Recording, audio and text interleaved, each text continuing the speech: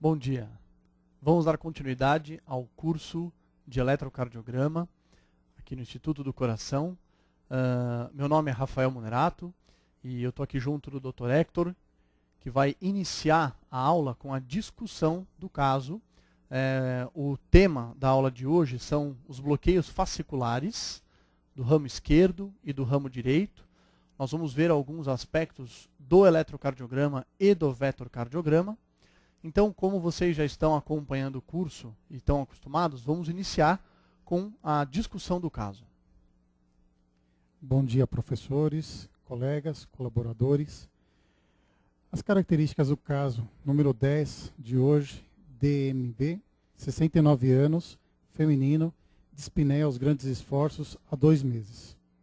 As características do eletrocardiograma são 69 anos, feminino, calibração normal. O ritmo é sinusal, tendo uma P positiva em D1, AVF. Características da onda P normais em D2 e V1. Espaço PR, preservado em todas as demonstrações de elétron.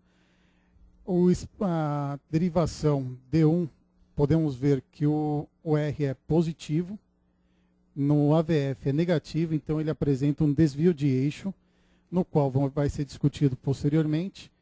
E as características de D2, o S de D2 e SD3 também que vai ser discutido posteriormente. No complexo QRS de V1 a V6 existe uma progressão normal, com a presença de uma R pequena em V1, a transição do complexo QRS de V3 a V4 normal, e V6 a presença de uma onda R pura com um pouquinho de S ao final. Bom, inicialmente, então, a descrição do eletrocardiograma feita pelo Dr. Hector, como ele comentou, um paciente sexo feminino, idade de 69 anos. Essas alterações todas colocadas aqui à direita da tela, né? O ritmo, então, ritmo normal, frequência cardíaca dentro da normalidade, entre 50 e 100, duração atrial normal, intervalo PR, duração do QRS e eixo. Desses itens todos, 2 vale a pena a gente prestar um pouco mais de atenção. O primeiro é a duração do QRS. Todos vocês estão vendo claramente no eletrocardiograma que a duração do QRS está normal. Então já vamos gravar isso de início desta apresentação. Nos bloqueios fasciculares, a duração do complexo QRS é normal, tá? Diferente dos bloqueios de ramo, que nós sabemos que alteram a duração do QRS, alarga o QRS. Os bloqueios fasciculares, eles podem até transformar um complexo QRS de 80 milissegundos para 100 milissegundos, mas eles não alteram a duração ao ponto da gente considerar que saiu do limite da normalidade. Então esse é um primeiro ponto importante para todo mundo ter em mente. Estudando os bloqueios fasciculares, não há aumento da duração do QRS. E o segundo ponto é com relação ao eixo do QRS. Quando nós conversamos sobre eixo, nós estamos falando sobre o plano frontal, né? Que os professores vão discutir e vão ajudar a enriquecer aqui ao caso, que é este primeiro vetorcardiograma. Então, este primeiro vetorcardiograma é o plano frontal. Este segundo vetorcardiograma é o plano horizontal. Claro que a gente não vai encontrar o eixo no plano horizontal. Mas por que estão os 2 planos descritos nessa descrição? Porque é olhando para esses 2 planos que a gente vai desenvolver toda a aula de bloqueios fasciculares. Alguns bloqueios alteram o eixo e, portanto, a gente vai procurar olhar o vetorcardiograma do plano frontal. Por que vai alterar o eixo? O eixo normal do QRS ali em mais 60 e que tem limite de normalidade entre menos 30 até mais ou menos 100, 120 no máximo, nós vamos ver que nos bloqueios fasciculares isso está alterado. E tem um bloqueio fascicular que não altera o eixo. Ele altera, na verdade, a progressão do vetor indo mais para a porção anterior do que o normal. E por isso que a gente também vai sempre procurar olhar o plano horizontal, vendo o vetorcardiograma do plano horizontal. Então, a gente queria passar a palavra a alguns dos professores para saber se alguém gostaria de dar algum comentário especial. Professor Paulo Moffa, o senhor gostaria de fazer algum comentário sobre esse eletrocardiograma? Professora Nancy? Professor Pastore? Aqui, isso.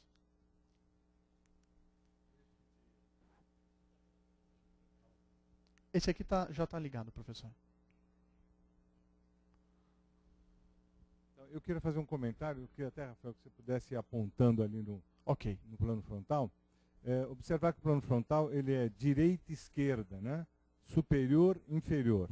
Direita, esquerda, superior e inferior. O vetorcardiograma habitual ele deveria estar com uma orientação ao redor de 60 graus. Então, talvez fosse interessante você mostrar ali uma alça onde ela estaria. Isso é, nesta altura, mais ou menos ao redor de 60 graus. O que a gente nota ali é que aquela alça, cujos cometinhas, cada 5 cometinhas valem 10 milissegundos, ela inicia um pouquinho para baixo, lá no início, né, um pouquinho para baixo, e depois ela vai subindo em direção lá ao quadrante superior esquerdo. Então vejo que o comecinho dessa alça está ali embaixo, isso, né, iniciando, aí vocês vejam que ela vai para o quadrante superior esquerdo. Observe que esse início é porque, provavelmente, a saída para baixo é da divisão póstero-inferior, né? Ela começa para baixo, passando positiva nas derivações D2, D3, AVF. Então, aquele pequeno R que vocês observam em D2, D3, AVF é essa passagem para baixo da alça, o início, fazendo R em D2, D3, AVF. Depois, observem que ela vai para cima e para a esquerda, mostrando, então, aquela orientação da alça, que, nesse caso, ela não é tão aberta como um bloqueio divisional anterosuperior habitual, ela tem aí uma rapidez até que vai em direção à direita, mas ela termina praticamente lá no eixo superior, e vocês vejam lá ao redor de menos 90. Mas o que a gente observa é que o eixo está além de menos 30. No próprio eletrocardiograma, vocês vão ver que o AVR é quase ISO, né? Um pouquinho mais realmente além de menos 30. Mostrando que há um desvio que ultrapassa realmente menos 30, que não é habitual em outras situações. Por exemplo, a sobrecarga ventricular não faz isso, ela pode elevar um pouco o eixo, mas nunca nesta altura. Então vejam que ele sai então para baixo pela divisão posterior-inferior, vai para cima, dando aí então ondas S em D2, D3, AVF. Observe que o S da derivação D3 está à esquerda, ele é maior do que a derivação D2, mostrando realmente que esta orientação é à esquerda e para cima. Então o veto mostra para a gente realmente uma orientação superior da ativação elétrica, mostrando um padrão RS de D2, D3, AVF com S de 3 maior que o S de 2, caracterizando, acho que, o bloqueio divisional superior. Hector? Um outro ponto também interessante é todo mundo que está ou aqui presencialmente ou assistindo, né, a aula em vídeo pela internet, notem que o professor Pastore comentou todas as alterações relacionadas no plano frontal. Por que nós praticamente não comentamos nesse eletrocardiograma as mudanças do plano horizontal? Porque praticamente não há mudanças. O plano horizontal, nesse caso, ele está praticamente normal ou exatamente normal. A gente sabendo que existem uma ou outra alterações, mas que do ponto de vista prático, nós temos que fixar nossa atenção ao plano frontal quando nós estivermos diante de um eletrocardiograma como esse, que a gente vai demonstrar agora qual é a descrição dele. A descrição do eletrocardiograma ficou então: ritmo sinusal, desvio do eixo de QRS acima de menos 30, aproximadamente menos 45, discretas alterações da repolarização ventricular da parede inferior. No plano frontal, alça do QRS com rotação anti-horária orientada para cima, para a esquerda e eixo em menos 45. Plano horizontal, alça de QRS com rotação anti-horária orientada para trás e para a esquerda. Conclusão: bloqueio divisional anterosuperior. Muito obrigado, Hector. Então vamos dar início agora à aula expositiva sobre os bloqueios fasciculares. Então nós vamos conversar sobre uma parte inicial, lembrando um pouco da anatomia do sistema de condução e falando um pouco sobre esse plano frontal e o plano horizontal. como se comporta um pouco do vetrocardiograma normal. Aí nós vamos passar para os bloqueios fasciculares do ramo esquerdo e, por fim, vamos comentar os bloqueios fasciculares do ramo direito, que tem pouca gente que muitas vezes teve atenção a eles, né? Na maior parte das vezes, a gente estuda mais os bloqueios fasciculares do ramo esquerdo, mas nessa aula a gente vai acabar mostrando para vocês que existem também alguns bloqueios fasciculares que podem ser identificados no ramo direito. Como eu comentei, vamos iniciar a aula lembrando um pouco da anatomia do sistema de condução. Então, nessa figura que aparece na tela, nós temos em verde desenhado o sistema de condução, né, intramiocárdico. Nesta região aqui, nós temos o nó sinusal. É a região onde estão presentes as células do nó sinusal. As células que, dentre todos os lugares em que existem células marca-passo, aí estão aquelas em que tem o maior automatismo e, portanto, as células que vão comandar o ritmo cardíaco. Do nó sinusal, então, parte, na verdade, a onda de despolarização, como todos vocês estudaram nas aulas de eletrocardiograma normal. Essa onda de despolarização vai ativar o átrio direito por contiguidade e segue pelo fascículo de Bachmann ao átrio esquerdo. E aí, na sequência, ativa o átrio esquerdo, que acaba, depois de que o átrio direito se iniciou, logo em seguida tendo sua ativação iniciada. Então, com isso, nós realizamos a ativação dos dois átrios, direito e esquerdo. Na sequência, depois de despolarizar os dois átrios, alguns autores acreditam que exista esses feixes internodais, que estão aqui, outros acreditam que a gente não possa caracterizar como feixes, porque histologicamente é difícil de você demonstrar, mas de qualquer forma, uma vez ativados os átrios, o impulso chega na região do nó átrio ventricular. Qual é a função do nó átrio ventricular? Lentificar a condução do impulso. É lentificado quase 100 vezes a condução do impulso. Por quê? Porque nós sabemos que do ponto de vista hemodinâmico, é importante que a contração atrial aconteça e depois ela tem uma pausa até que ocorra a contração ventricular. A contração atrial é a fase final do enchimento ventricular, né? É ela que, quando existe diminuição de complacência, dá a quarta bulha, que é a bulha atrial. Então, no coração normal, tem que existir um tempo para que o átrio termine de esvaziar na sua contração, e quem dá esse tempo é o nó AV. Outro papel importantíssimo do nó AV é que, já que ele diminui tanto assim a velocidade de condução, ele atua como um fator protetor, né? De todos os eventos que podem acontecer no átrio, ele acaba sendo um cão de guarda dos eventos que podem ou não passar para os ventrículos. Depois de aguardar, então, esse período no nó AV, que é o que vai dar no eletrocardiograma o intervalo PR, né? Compreendendo a onda atrial e depois o segmento. Então, vai dar aqui o intervalo PR. O impulso entra no feixe de His. Vocês notem que na anatomia cardíaca já está presente no septo interventricular. E há uma divisão, após o final do feixe de His, no seu ramo direito e no ramo esquerdo. Esse ramo direito e esse ramo esquerdo, nós vamos ver um desenho mais para frente, dividem-se em 3 porções, que aqui no meu desenho não vai estar muito bonito, mas mais para frente vai ter uma figura onde vai estar bem desenhado. De qualquer forma, os 2 ramos têm divisões. Essas divisões, que são os fascículos, né? Então, daqui já dá para a gente fazer algumas considerações. O nome M-bloqueio não é um nome correto, porque ele foi sugerido há muito tempo atrás, quando imaginava-se que os ramos tivessem apenas 2 fascículos. Então faz sentido, né? Se houvesse apenas 2 fascículos, um deles se bloqueia, a gente poderia chamar de M-bloqueio. Mas a partir do momento que foi demonstrado que existem 3 fascículos, o nome M-bloqueio foi deixado de lado. Então, procurem não utilizar. O nome mais correto é bloqueio fascicular ou bloqueio divisional. Vamos ver um outro desenho, como eu comentei, que é inclusive do livro do departamento, aqui do INCOR, mostrando mais uma vez a região do nó AV, o feixe de His se dividindo no ramo esquerdo com os seus 3 fascículos e no ramo direito com os 3 fascículos deles dispostos aqui embaixo.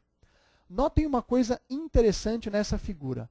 Percebam como o ramo esquerdo desenhado, ele tem uma espessura bem maior do que o ramo direito. Isso é possível a gente perceber.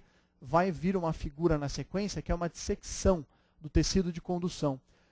Esse é um dos motivos pelos quais é mais difícil a gente ver bloqueio de ramo esquerdo do que bloqueio de ramo direito. O ramo direito ele é mais fino, ele é mais frágil. A gente mais frequentemente encontra bloqueio do ramo direito do que do esquerdo. No caso dos fascículos, é mais também comum encontrar alterações fasciculares, principalmente a do fascículo antero-superior, do que do próprio bloqueio de ramo. Por isso que existe o motivo da gente poder discutir esse assunto nesta aula. É muito mais frequente encontrar bloqueios fasciculares do que o bloqueio de ramo. E não necessariamente isso significa que exista uma doença cardíaca. Então é importante que todos nós saibamos identificar quando um eletrocardiograma tem bloqueio fascicular ou não, e se houver o bloqueio fascicular, tentar fazer correlação anatomoclínica, para saber se aquilo é algo que vocês precisam se preocupar, precisa ampliar a investigação ou não. Então, vamos passar adiante. Esta é a figura que eu comentei com vocês. Esta figura mostra a dissecção, então só para nós entendermos, né? Aqui os dois ventrículos estão abertos, o septo praticamente foi retirado. Este é o feixe de His, este é o ramo esquerdo e este é o ramo direito. Eu vou apagar o que eu fiz agora só para vocês voltarem a prestar atenção. Percebam como o ramo direito é bem mais fino que o ramo esquerdo, motivo pelo qual pessoas com coração normal podem ter bloqueio de ramo direito. E entretanto, bloqueio de ramo esquerdo praticamente não existe em pessoas com o coração estruturalmente normal. É muito mais correlacionado à presença de cardiopatias o bloqueio de ramo esquerdo. E essa figura está aqui por um outro motivo especial. Percebam que depois dos ramos esquerdo deste lado e direito deste lado, olhem como que se comporta a divisão dos fascículos. Nós sabemos que na anatomia humana existe ampla variabilidade. Quando todos nós estamos estudando lá o sistema vascular, que a gente pega nos atlas de anatomia, nas peças de anatomia, o tronco celíaco, uma série de artérias, tem várias modalidades de variação anatômica. Imaginem um sistema de condução intracardíaco. Este é o motivo pelo qual vocês vão ver eletrocardiogramas muito diferentes entre si, né? E é importante fazer um curso, é importante nós termos nossos livros, mas o mais importante de tudo é ver bastante traçado eletrocardiográfico. Por quê? Um bloqueio não se comporta da mesma forma que os outros. Existe variação da anatomia das fasciculares, existe inter-relação entre esses fascículos e muitas vezes o bloqueio não está no fascículo, está no tecido de condução cardíaco. Isso também se manifesta de uma forma diferente no eletrocardiograma. Muito bem, esta é a famosa rosa dos ventos que todos nós, na primeira aula de eletrocardiograma, lá na faculdade, temos. Então, esta é a famosa rosa dos ventos. O que é essa rosa dos ventos? Nada mais é do que o plano frontal, né? Com as suas derivações aqui descritas. Então, nós temos D1, D2, D3, AVL, AVF e AVR, dispostas em ângulos de 30 graus. Isso é uma aproximação matemática do famoso triângulo de Einthoven, né? Que foi a pessoa que começou a descrever os fenômenos eletrocardiográficos e que criou muito do que a gente segue até hoje. Então esse é o plano frontal. Por que nós estamos vendo o plano frontal? Porque a gente já comentou que alguns dos bloqueios fasciculares, o que vai alterar é o eixo, né? Então, aonde está presente o eixo normal do coração? Então, vamos ver. O eixo normal do coração, no plano frontal, portanto, está em torno de 60 graus. Ele está mais ou menos por aqui, olha, conforme eu estou desenhando na tela. Então, este é o vetor resultante do QRS no plano frontal. Então, o eixo do QRS, quando a gente mede num eletrocardiograma normal, é em torno de 60 graus. Certo? Esta próxima figura já nos traz algumas explicações sobre o plano horizontal.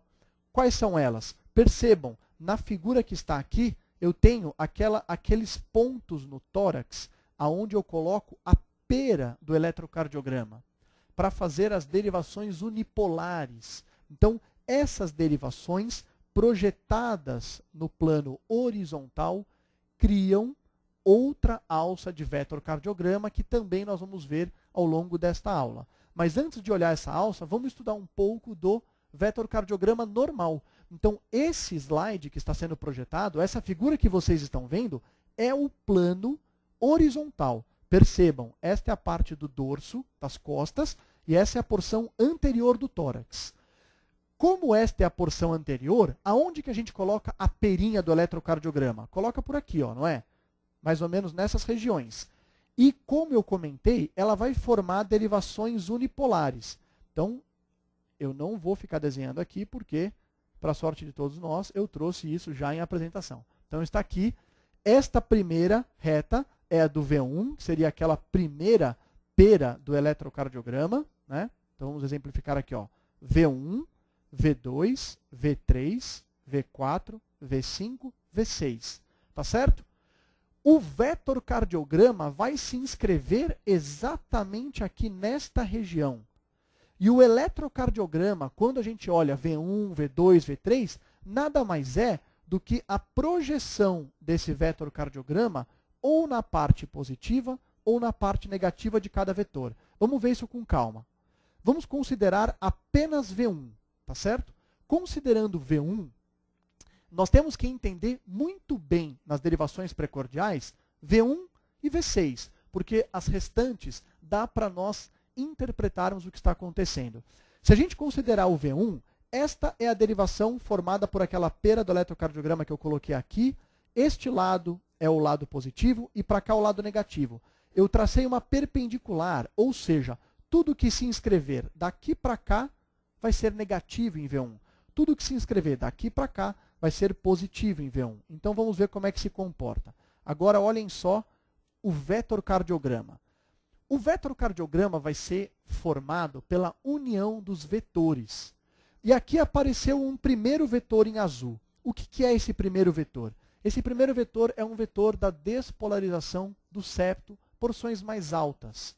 Na sequência, esse segundo vetor é a despolarização do septo um pouco mais abaixo. Ou seja, percebam como esses dois vetores, e se a gente quisesse fazer uma resultante, seria mais ou menos por aqui, correspondem ao septo interventricular e que estão na porção positiva da derivação V1. Então, olhem nessa parte aqui, ó, que vai aparecer o que eu encontraria no eletrocardiograma em V1. Eu encontro uma onda R pequena. O que significa esse R? A despolarização do septo interventricular.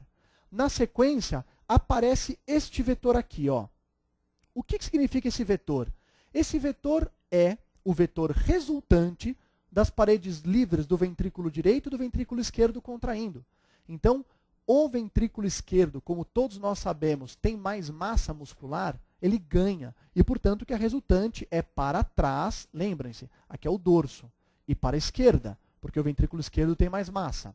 E se eu continuar aqui meu raciocínio da alça do vetorcardiograma, eu posso descrever um último vetor que seria da parede basal do coração, que pode estar para a direita ou pode estar para a esquerda. De qualquer forma, esta área toda está na parte negativa da derivação V1. Por isso que se inscreve no eletrocardiograma uma grande onda S. O que significa essa onda S, então? Significa o ventrículo esquerdo ganhando do ventrículo direito. Tá certo? Vamos ver como é que fica isso no vetorcardiograma. E deixa eu apagar alguns dos meus desenhos aqui para todo mundo poder ver. Então, olha só. Quando eu faço a união desses vetores, tá? Que é o que está em laranja na tela de vocês, é a alça do vetorcardiograma. Olhem só, toda esta porção positiva da alça do vetorcardiograma dá essa onda R. Toda essa parte negativa vai dar essa onda S. Então, olhando a derivação V1, nós temos que o septo interventricular corresponde a essa onda R do V1 e a onda S corresponde às paredes livres do ventrículo esquerdo ganhando do ventrículo direito. Vamos fazer o raciocínio agora em V6. Então aqui eu vou colocar a derivação V6 e nós vamos desenhar o mesmo vetorcardiograma. Claro, a gente está no mesmo plano, só que agora eu vou ver sobre a ótica da derivação V6. Então aquele primeiro vetor, que é o vetor do septo alto, gera essa onda Q em V6. Por quê? Porque ele está inscrito na parte negativa. Na sequência, aquele septo baixo inscreve-se na parte positiva, mas ele vai somar o vetor das paredes livres. Então, esses dois unidos vão ser o responsável pelo aparecimento do grande R em V6. E, por final, pode haver para a direita ou para a esquerda, e, se estiver para a direita, vai dar uma pequena onda S, que é a parede da porção basal dos ventrículos, né? Então, com isso, a gente tem o vetorcardiograma que, em V6, inscreve-se dessa forma que eu comentei. Relembrado, então, o vetorcardiograma, né, no plano horizontal e relembrado a rosa dos ventos no plano frontal, vamos estudar os bloqueios fasciculares. Nós vamos estudar 5 bloqueios. Com relação ao bloqueio do ramo esquerdo, nós vamos estudar o bloqueio divisional antero-superior esquerdo, o bloqueio divisional póstero inferior esquerdo e o antero-medial. E com relação ao ramo direito, o antero-superior e o póstero inferior. Só para demonstrar mais uma vez, na verdade, esse slide veio um pouquinho depois, aquilo que eu desenhei enquanto a gente estava vendo a alça do vetorcardiograma. Muito bom, essa é uma figura histórica de um livro de eletrocardiograma, demonstrando como que o Dr. Einthoven conseguiu formar as primeiras derivações do eletrocardiograma. Como é que acontece? O coração, tá? Quando ele contrai, ele forma diferença de potencial, e isso já era sabido antes de existir o eletrocardiograma. Eles já sabiam que existia a variação de membrana antes de existir o eletrocardiograma.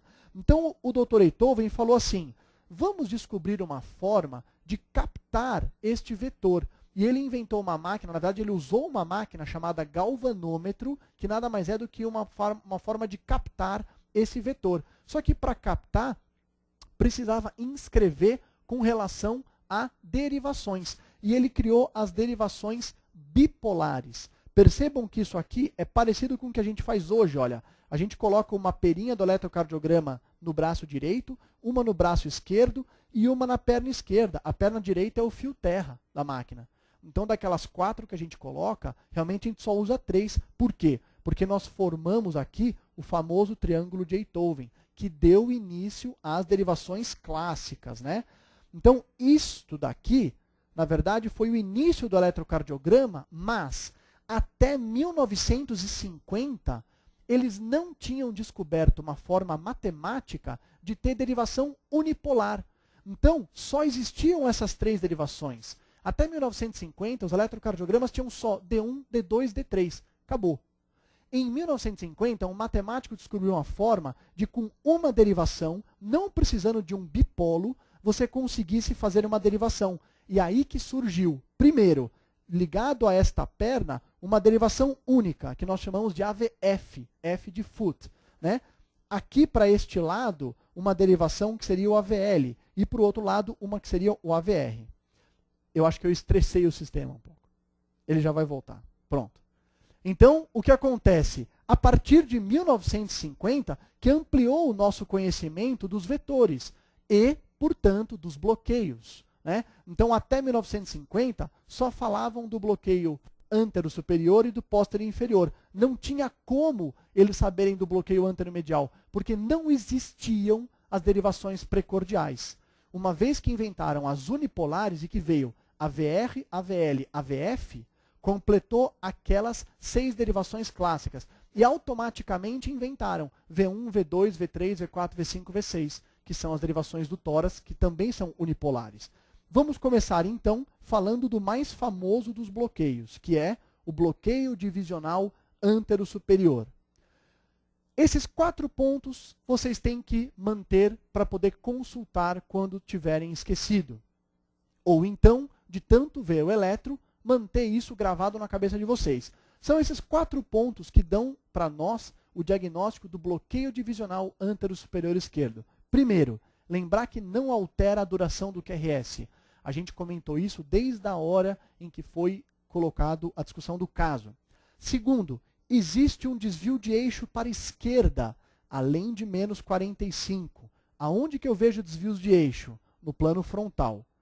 Terceiro, no plano frontal, como a alça do vetorcardiograma ela é anti-horária, e nós vimos lá naquele vetorcardiograma que o Dr. Pastore discutiu, como ela é anti-horária, ela encontra D3 antes do D2, né?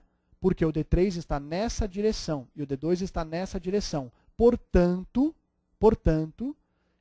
a inscrição da onda S em D3 ela é mais precoce do que o S em D2. E tem que ter uma expressão superior a 15 milímetros, ou então de D2 de 10 milímetros com progressão para D3. Para que isso? Para poder ter uma validação. O que se fazia muito antigamente é que em vários desvios de eixo a menos 30, já se dava o diagnóstico de bloqueio divisional antero-superior esquerdo. E isso dava uma confusão muito grande na cabeça dos pacientes, porque ele tinha um vizinho que tinha tido um diagnóstico de bloqueio e pôs um marca-passo e quase morreu. E aí ele saía do consultório do cardiologista falando que ele tinha um bloqueio divisional antero-superior, mas vocês acham que ele lembrava da palavra divisional antero-superior? Na cabeça dele era bloqueio. Ele tinha bloqueio no coração, assim como outro colega. Então tinha muito laudo de bloqueio divisional, que na verdade depois, afinando melhor os critérios, nem era bloqueio divisional e isso só gerava confusão. Então, houve uma readequação. Como eu comentei, o diagnóstico do bloqueio divisional antero-superior esquerdo é dado pelo desvio de eixo além de menos 45. A alça vetorial está desviada para este ponto. Por quê? Porque lá no nosso coração, que a gente tinha naquela figura, né? O que nós tínhamos? Nós tínhamos aqui, olha, o ramo esquerdo, a divisão dele em medial, superior e inferior. Se este ramo aqui está bloqueado, o que vai acontecer é uma despolarização que vem de baixo para cima. Então, o eixo acaba ficando desviado para cima. Nós vamos... Esta é a representação clássica. Vamos lembrar um pouco como a gente encontra o eixo no eletrocardiograma. Vamos relembrar.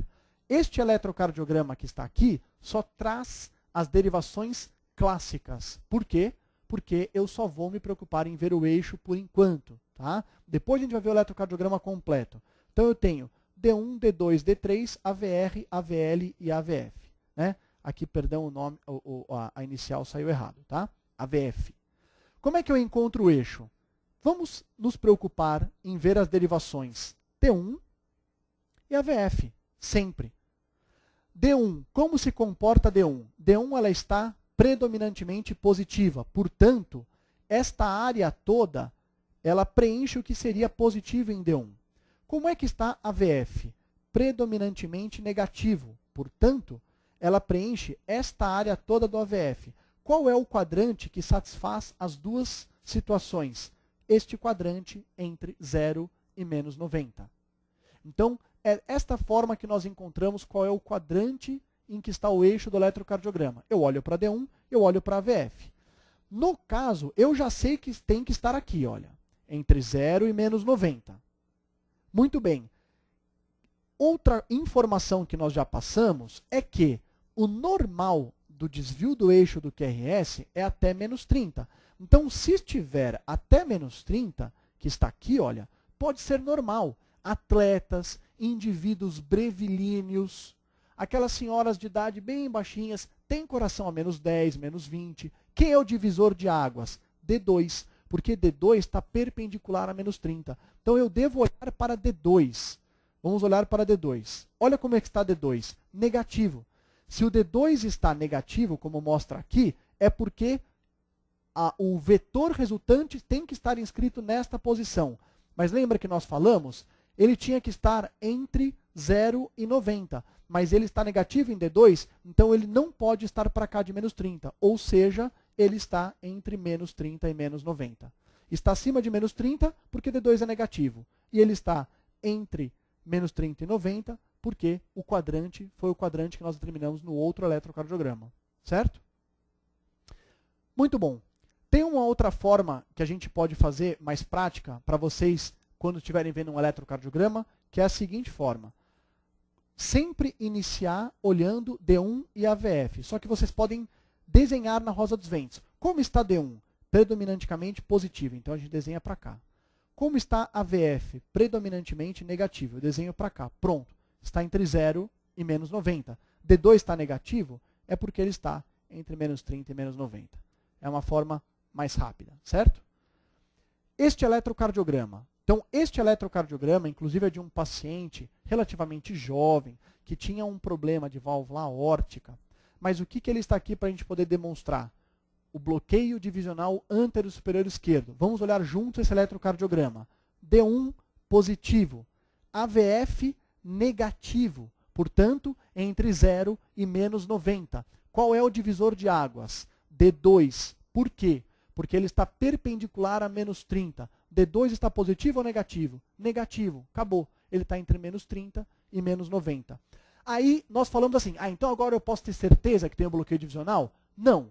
A gente vai estudar os outros critérios. Por quê? Além do eixo desviado, a gente vai ter que a onda S em D3 tem que ser maior que em D2, por causa do vetorcardiograma. Olhem aqui, ó, plano horizontal, vetorcardiograma, rotação anti-horária, mais aberto, próximo daquela derivação que a gente sabe que é a negativa de D3, porque o D3 está nessa posição. Então, D3 tem que ser maior que D2. E como aqui D3 é maior que D2, e se nós pegarmos uma lupa, a gente vai ver que a inscrição dele é mais precoce do que a do D2, eu me aproximo de, então, ter realmente o diagnóstico correto de bloqueio divisional antero-superior esquerdo. Este outro paciente é um paciente que une dois bloqueios que a gente vê com uma certa frequência na prática clínica, em pacientes com chagas. Então, olhem só o eletrocardiograma. D1, predominantemente positivo. Então, olha, o plano horizontal é a minha rosa dos ventos. Vamos desenhar aqui D1 só para a gente fazer juntos. Ó, esse é D1 e este aqui é F, AVF. Então, o que eu tenho? D1, predominantemente positivo. AVF, predominantemente negativo. Ou seja, entre 0 e menos 90. Eu sei que o 2... Eu sei que o... Só apagar isso aqui. Eu sei que o meu D2 está aqui e ele é perpendicular a ele ao menos 30. Então, D2 é o meu divisor de águas. Como está o meu D2? Negativo. Como ele está negativo, é porque ficou entre menos 30 e menos 90 graus. Mais uma vez, eu presto atenção e percebo que a onda a onda S em D2 é menor que o S de D3. Portanto, realmente é um bloqueio divisional. Então, vamos lembrar, eixo além de menos 30, em geral além de menos 45, ondas S de D3 maior que D2, preferencialmente maior que 15 milímetros em D3, com inscrição mais precoce na derivação D3. O que esse paciente ainda tem de bloqueio, que eu disse que é uma associação relativamente frequente? Ele tem um bloqueio de ramo direito, né? Que a gente vê nos pacientes com chagas, existe uma associação bloqueio de ramo direito, bloqueio de ramo esquerdo. Perdão, bloqueio de ramo direito e o bloqueio divisional antero-superior esquerdo. Vamos olhar juntos este eletrocardiograma. Este eletrocardiograma já traz um QRS claramente alargado. Este QRS tem mais do que 120 milissegundos. O bloqueio divisional não causa este alargamento. Então eu sei que existe alguma coisa além do bloqueio divisional. E o que é esta coisa além? É o bloqueio de ramo esquerdo. Lembra? QRS em torre, em D1. Né? A má progressão da onda R de V1, V3, demonstrando, na verdade, em V4, demonstrando, na verdade, a falha da onda de despolarização, porque o ramo esquerdo está bloqueado. E eu trouxe esse eletrocardiograma para vocês para falar duas coisas. Primeiro, o bloqueio de ramo esquerdo não pode ser responsável por levar o eixo além de menos 30. Então, se vocês olharem o eletrocardiograma em que vocês enxergam um bloqueio de ramo esquerdo e existe desvio de eixo além de menos 30, como aqui, vamos recordar? Olha só, D1 positivo, AVF negativo, entre 0 e menos 90. D2 negativo, passou de menos 30. O bloqueio de ramo esquerdo não causa isso. Então, neste eletrocardiograma deve existir bloqueio de ramo esquerdo mais bloqueio divisional antero-superior esquerdo. Tanto que a onda S cresce de D2 para D3. Olhem nesse eletrocardiograma como claramente, na verdade aqui, perdão, né, porque ele teria que estar no mesmo canal, mas ele claramente tem mais de 15 milímetros e vocês vão ter que acreditar em mim que a inscrição é mais precoce. Ou seja, existe a associação dos dois bloqueios. Vamos ver um outro eletrocardiograma. Este eletrocardiograma, vamos ver juntos. Aqui embaixo eu tenho D2 longo. O que eu consigo ver no D2 longo? Ritmo sinusal, características da onda P, características do PR, frequência cardíaca. Perfeito? Vamos encontrar o eixo desse QRS. Positivo em D1, negativo em AVF. Ou seja, entre 0 e menos 90. Mas, prestem atenção, ele está negativo em AVF às custas de uma onda Q. Existe uma onda Q aqui presente e não uma onda S. Sempre que vocês encontram isso, vocês têm que se preocupar com o diagnóstico de área inativa da parede inferior. Então vamos olhar agora a morfologia do QRS. D1, opa, D2, existe uma Q com características de onda Q patológica, que ela tem uma largura maior do que um quadradinho e uma profundidade maior do que a do R, né? Ou uma profundidade maior do que 2/3 do R. Existe uma onda Q também aqui com critérios patológicos, ou seja, eu estou diante de um desvio de eixo, mas aqui não é bloqueio divisional. Esse eletrocardiograma é de uma área inativa da parede inferior. Então tomem cuidado. Eu vou voltar um pouco para vocês verem. Olha só, eu estou retornando. No bloqueio divisional, o desvio de eixo é às custas de uma onda S. Vamos voltar mais um. Olha só, onda S. Lá naquele eletrocardiograma que nós vimos, nós temos desvio de eixo às custas de uma onda Q. Portanto, tomem cuidado com esse diagnóstico diferencial. E aí vocês podem perguntar, ou vocês já podem ter visto, mas não dá para associar as duas coisas? Como é que eu faço a associação? Olha só o desenho que eu vou fazer. O bloqueio divisional, ele vai ter as custas de uma onda S. E a área inativa, as custas de uma onda Q. Como é que vai ser se eu tiver bloqueio divisional junto com uma área inativa? Eu vou ter, na verdade, QS. E é esse próximo eletro. Então, este eletrocardiograma, eu tenho QS, QS e QS em D2, D3 e AVF. E eu posso dar o diagnóstico de área inativa da parede inferior com bloqueio divisional. É uma das coisas que você pelo menos pode chamar a atenção. Aqui a amplitude não está tão grande, talvez você pudesse até sugerir. E o vetorcardiograma, sem dúvida, que ajudaria muito. Mas vai ser muito difícil conseguir fazer um vetorcardiograma na maior parte dos hospitais, ou na maior parte das clínicas. Então, de qualquer forma, lembrem-se, quando vocês pegarem um eletrocardiograma que houver QS, QS, QS, em 2, 3 e F, é possível que haja o diagnóstico conjunto de área inativa inferior com bloqueio divisional. Né? E este outro eletrocardiograma? Este outro eletrocardiograma, todos vocês que estão fazendo o curso, assistindo às aulas, estudaram, vão chegar e vão falar assim, este eletrocardiograma parece difícil, mas não é. Porque eu estou vendo que ele tem QS, QS, QS. E aí vocês vão pegar uma garota de 15 anos e vão dar o diagnóstico de área inativa com bloqueio divisional. Fala, poxa, eu não posso dar esse diagnóstico.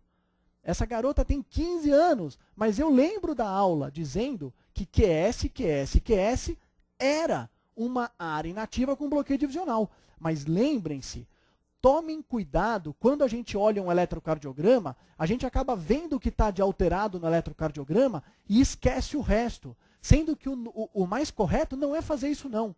Sempre que alguém trouxer um eletrocardiograma para vocês, não vai direto no que está chamando a atenção.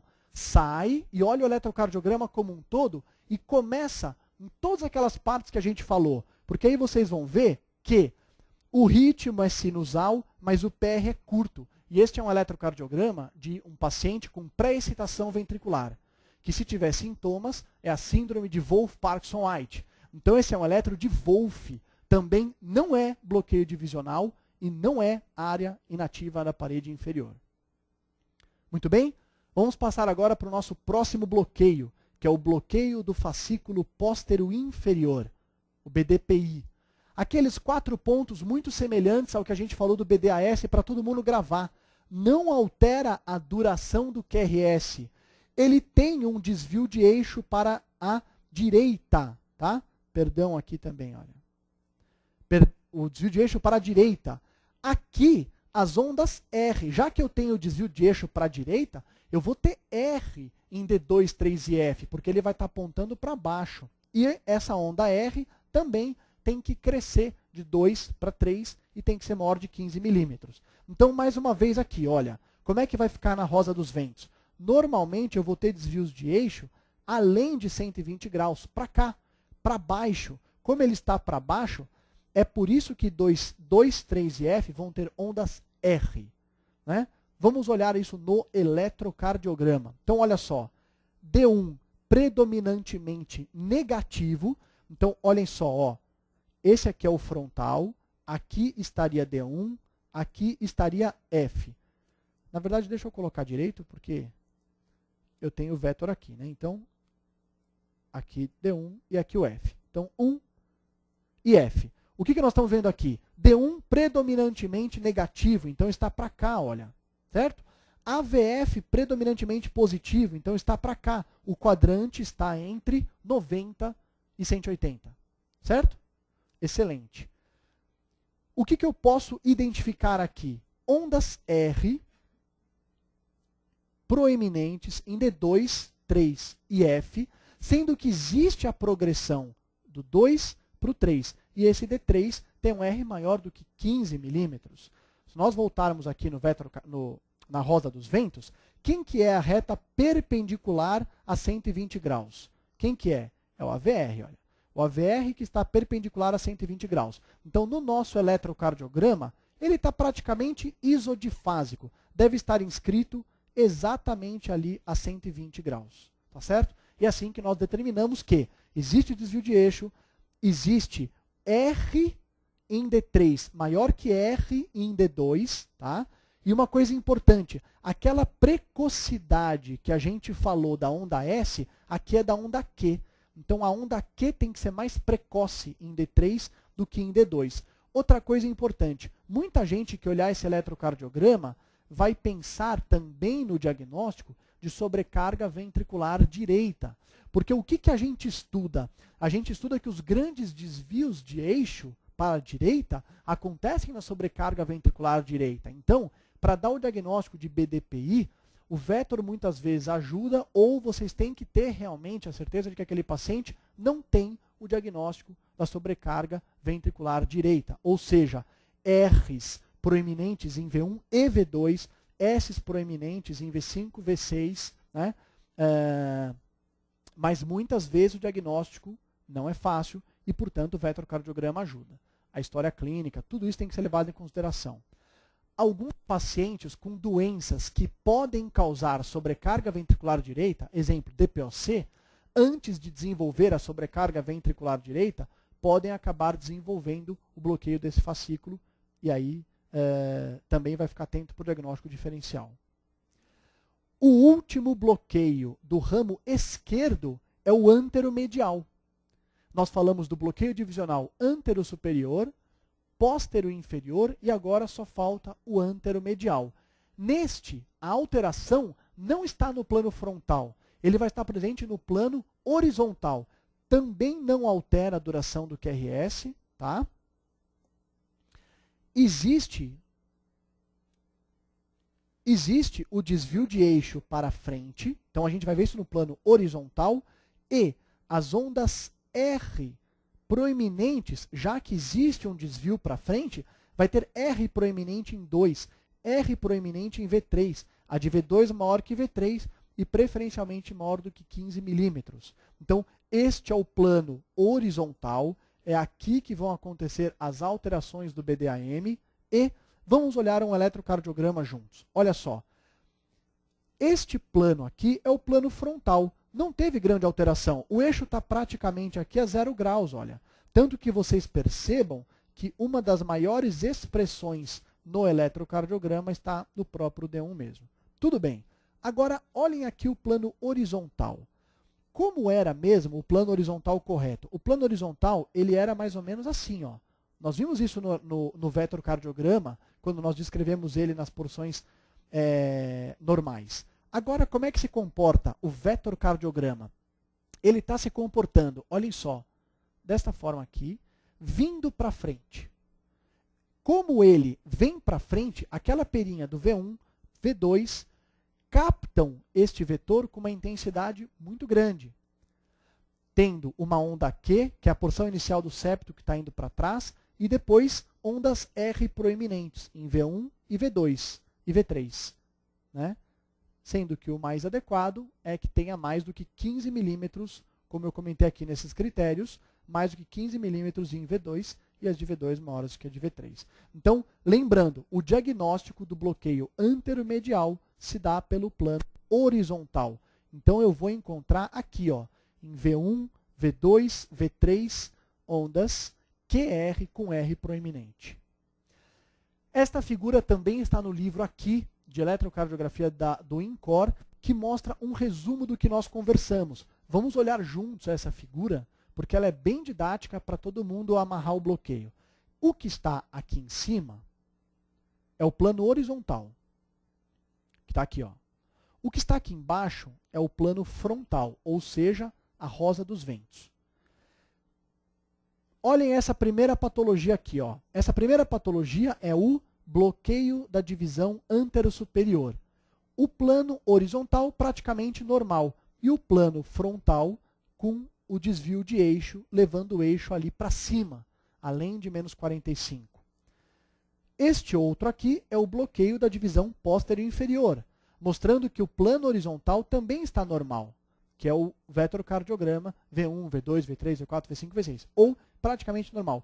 Mas a alteração mais importante está aqui no desvio do eixo, além de 100, 120.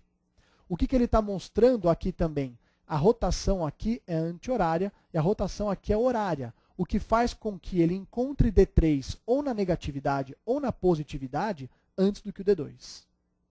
Já no bloqueio divisional anteromedial, que é este último, o plano frontal da rosa dos ventos está normal. A alteração está no plano horizontal, ou seja, V1, V2, V3, V4, V5, V6, sendo que eu encontro uma projeção para frente, levando a grandes ondas R em V1 e V2. Para terminar, como a gente comentou, a gente vai falar agora dos dois desvios fasciculares do ramo direito. Então, no ramo direito, anatomicamente, eu tenho 3 fascículos, mas eletrocardiograficamente, eletrofisiologicamente, eu demonstro 2. Também um antero superior e um póstero inferior. Então, é esses que nós vamos conversar. Vamos começar com o antero superior. Antes disso, só para falar para vocês, quando que eu suspeito num eletrocardiograma de bloqueio divisional do ramo direito? Quando a gente pega aqueles eletrocardiogramas e a gente dá aqueles laudos de atraso final de condução. Muitas vezes que a gente coloca atraso final de condução, tem aquelas ondas S um pouco mais empastadas em V5, V6, né? Um pouco de entalhe na porção ascendente da onda S em V1. É possível que esse atraso final de condução se deva ao bloqueio divisional do ramo direito. Então, como é que a gente vai ver isso? Primeiro, o antero superior não altera a duração, né? E as forças finais também se direcionam para cima. Sempre que a porção que bloqueia é a superior, ela ativa por último. Então, o eixo é desviado para lá. Aqui, então, eu vou ter ondas S, já que está desviado para cima, em 2, 3 e F. Entretanto, aqui, D2 é maior que D3. E essa é a dica. Então, percebam, olha só. A VR tem uma onda R um pouco mais alargada, lembrando atraso final de condução. A onda S um pouco mais empastada, lembrando atraso final de condução. E aqui eu tenho uma onda S que é maior em D2 do que em D3. Como fala aqui, ó, onda S em D2 maior do que em D3. Então eu poderia dar o diagnóstico de um bloqueio divisional antero-superior do ramo direito. O bloqueio póstero-inferior, semelhante ao que a gente viu do ramo esquerdo. Quando a porção que bloqueia é a porção que iniciaria a ativação da parede inferior, é porque vai se ativar por último, porque bloqueou, ela vai ter que se ativar posteriormente. Então, desvia o eixo para baixo. Eu vou ter grandes ondas R em D2, D3 e F, sendo que aqui a diferença é que o R de 2 é maior que o R de D3. Então, mais uma vez, ó, ondas S empastadas e a hora que eu encontro, na verdade, o R de 2 é maior que o R de 3. Então, é possível que eu tenha, como eu tenho ondas R, não pode ser um bloqueio superior, tem que ser inferior, porque está apontando para baixo. Causa ondas R em 2, 3 e F. Se R de 2 é maior que R de 3, eu tenho atraso final de condução, eu posso dar o diagnóstico de bloqueio divisional do ramo direito póstero inferior. Vamos por 2 quadrinhos para a gente poder fechar o que nós conversamos. Esse quadro traz um resumo do que seriam os bloqueios fasciculares superiores. Lembrem-se sempre disso. Se o que se bloqueou é a porção superior, ele vai ser a última a se ativar. Então o impulso acaba sendo direcionado para cima. Qual é a dica? D2, D3 e AVF têm que ser predominantemente negativos. Nesse primeiro exemplo, se ela cresce do 2 para o 3, quem que encontra primeiro o D3? O bloqueio divisional. Antero superior esquerdo do ramo esquerdo. E aqui, se do 2 para o 3 ela diminuiu, ou seja, maior no 2 do que no 3, é porque é o ramo direito. Então aqui é o ramo esquerdo e aqui é o ramo direito. Na outra, mesma coisa. Se o que bloqueou é o fascículo inferior, o vetor vai estar direcionado para baixo. Se está para baixo, positivo em D2, D3 e AVF. Se D2 para D3 aumentou, é o ramo esquerdo. E se de D2 para D3 diminuiu, é o ramo direito. Agora a gente abre para dúvidas, tanto da plateia, como para eventualmente alguém que esteja vendo a aula pela internet, que tenha encaminhado dúvidas através do chat. Tem alguém que gostaria de fazer alguma pergunta, alguma observação? Vamos conversar só nesses poucos minutos finais, então, sobre um pouco de aplicação prática, né? Esses bloqueios divisionais, tá? Os do ramo direito acontecem em muitas pessoas com coração estruturalmente normal.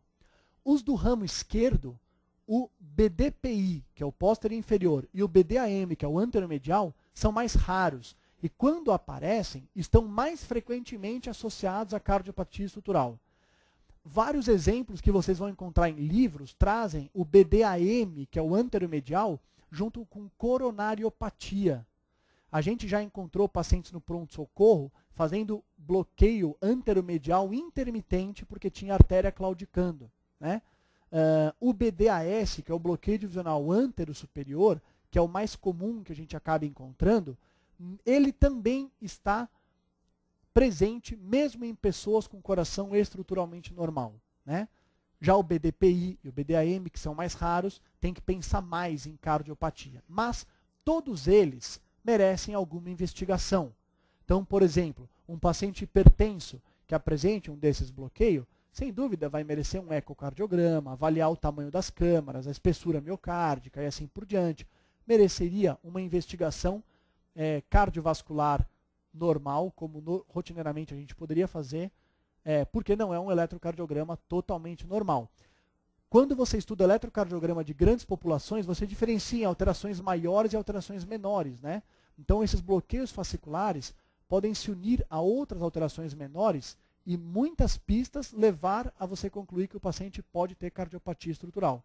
Tem outras alterações maiores que elas por si só já nos alertam mais precocemente. Alguns BAVs, né, bloqueios de ramo, como eu comentei, áreas inativas sem dúvida, e assim por diante. Alguém gostaria de fazer alguma pergunta, algum comentário? Professor. Está levando o microfone? Ah, está aqui. Obrigado, professor. O comentário é o seguinte, que os bloqueios divisionais do ramo esquerdo BDPI e BDAM são raros e, portanto, são feitos sempre por exclusão. O vetocardiograma ajuda a confirmar o diagnóstico. Mas há uma forma de a gente ter certeza pelo eletrocardiograma quando ou a gente tem esses bloqueios divisionais intermitentes, como você também falou, ou então quando a gente consegue resgatar um eletrocardiograma prévio sem esse distúrbio. Então, a súbita mudança do eixo, não é? Então, confirma o diagnóstico pelo eletrocardiograma de, eventualmente, BDPI, quando desvia para a direita, ou BDAM, quando é exclusivamente para frente. Já o BDAS, que é tão comum, não precisa, porque na maioria das vezes é BDAS mesmo. Perfeito, obrigado, professor. Ou seja, o BDAM, que a gente comentou, que o desvio do eixo está para frente, é mais fácil, subitamente, ser um bloqueio desse fascículo do que ser alguma outra cardiopatia que subitamente causou ondas R proeminentes em V1, V2, assim por diante. O desvio de eixo para a direita é a mesma coisa, né? Se a gente pensar num dos maiores diagnósticos diferenciais, que seria a própria sobrecarga ventricular direita, mesmo a sobrecarga ventricular direita súbita que acontece no TEP, não chega a dar uma manifestação de desvio de eixo tão proeminente, tão importante. Tá certo? Muito obrigado a todos, muito obrigado pela presença.